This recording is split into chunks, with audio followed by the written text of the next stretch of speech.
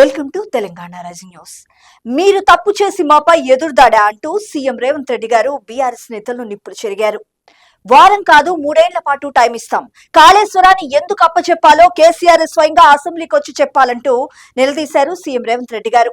3 ఏళ్లలోనే కాళేశ్వరాన్ని కూలేశ్వరం చేసిండ్రు. నాడు కూలింది కూడా మీ హయాంలోనే.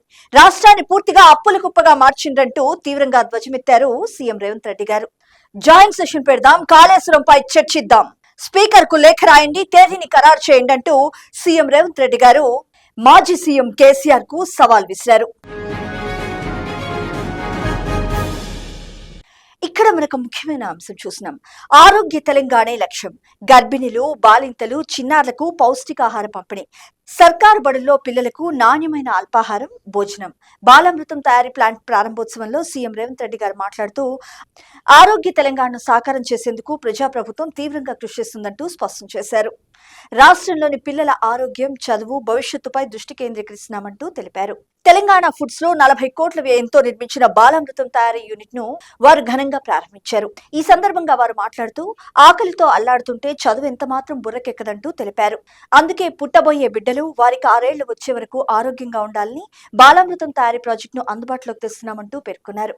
పాఠశాల విద్యార్థుల్లో కూడా చాలా మంది ఇంట్లో టిఫిన్ తినకుండా వస్తుంటారు. 1-2 క్లాసులు విన్నాక ఆకలి మొదలవుతుంది.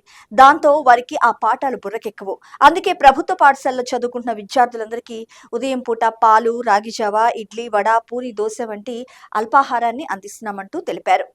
అలాగే వీటి నాణ్యతను పరీక్షించేందుకు ఉపాధ్యాయులకు కూడా అదే అల్పాహారాన్ని, భోజనాన్ని విద్యార్థులతో పాటు వారికి కూడా అందిస్తున్నామంటూ తెలిపారు. ఇక్కడ మనకు ముఖ్యమైన అంశం చూసినాం. కాంట్రాక్ట్ అవుట్ సోర్సింగ్ ఉద్యోగులకు 1వ తేదీన జీతం వేయాల్సిందే. ఏజెన్సీల ఇష్టారాజ్యానికి చెక్. జీతాలు లేట్ అయితే కఠిన చర్యలు తప్పవంటూ సీఎం రేవంత్ రెడ్డి గారు పేర్కొన్నారు. అలాగే ఉద్యోగుల ఖాతాల వివరాలు సేకరించి డిజిటలైజ్ చేయాలంటూ ఆదేశించారు. హెల్త్ కార్డ్స్, ఇతర బెనిఫిట్స్ సమర్థవంతంగా అమలు చేయడానికి ఇవి అవసరమంటూ పేర్కొన్నారు. క్షేత్రస్థాయి స్టడీకి ఒక కమిటీని వేయనున్నారు. 100 రోజుల్లో సమస్యలు పరిష్కరించనున్నారు. అవసరమైతే కొత్త చట్టాలు కూడా రూపొందిస్తామంటూ సీఎం రేవంత్ రెడ్డి గారు వెల్లడించారు. ఇక్కడ వరకు ముఖ్యమైన అంశం చూసినాం.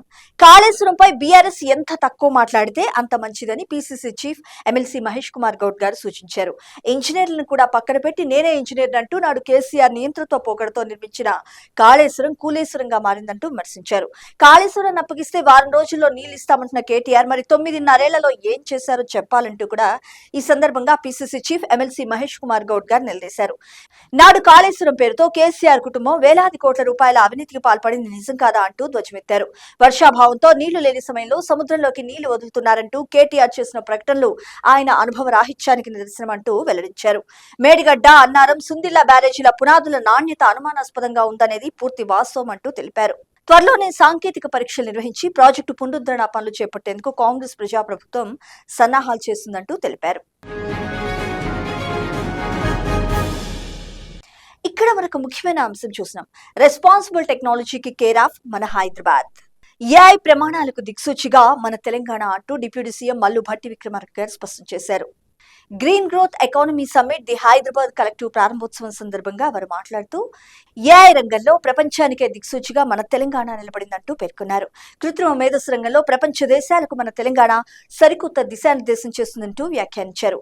కేవలం పెట్టుబడిని ఆకర్షించడమే కాకుండా పర్యావరణ పరిరక్షణ, సామాజిక ప్రయోజనాలు జోడించి ఏఐ ప్రమాణాలకు దిక్సూచిగా మన తెలంగాణ నిలుస్తుందంటూ డిప్యూటీ సీఎం మల్లు భట్టి విక్రమార్క గారు పేర్కొన్నారు. ఇక్కడ మనకు ముఖ్యమైన అంశం చూసినాం. కాళేశ్వరంలో ఉపయోగపడింది 55 టీఎంసీలే. కుంగిపోయిన లోపాలున్న బ్యారేజీల్లో బీఆర్ఎస్ నాయకులు నేడు నీటిని నింపాలంటున్నారు. ప్రపంచంలోనే గొప్ప ప్రాజెక్టు 8వ వింత అని చెప్పిన కాళేశ్వరం ఎత్తిపోతల పథకం కింద 5 ఏళ్లలో ఉపయోగపడింది కేవలం 55 టీఎంసీలేనంటూ నీటిపారుదల శాఖ మంత్రి ఉత్తమ్ కుమార్ రెడ్డి గారు వెల్లడించారు. కాళేశ్వరం ప్రాజెక్టు, బ్యారేజీల ప్రస్తుత స్థితిపై హైదరాబాద్ లోని ప్రజాభవన్లో ప్రజాప్రభుత్వం అవగాహన సమావేశాన్ని ఏర్పాటు చేసింది.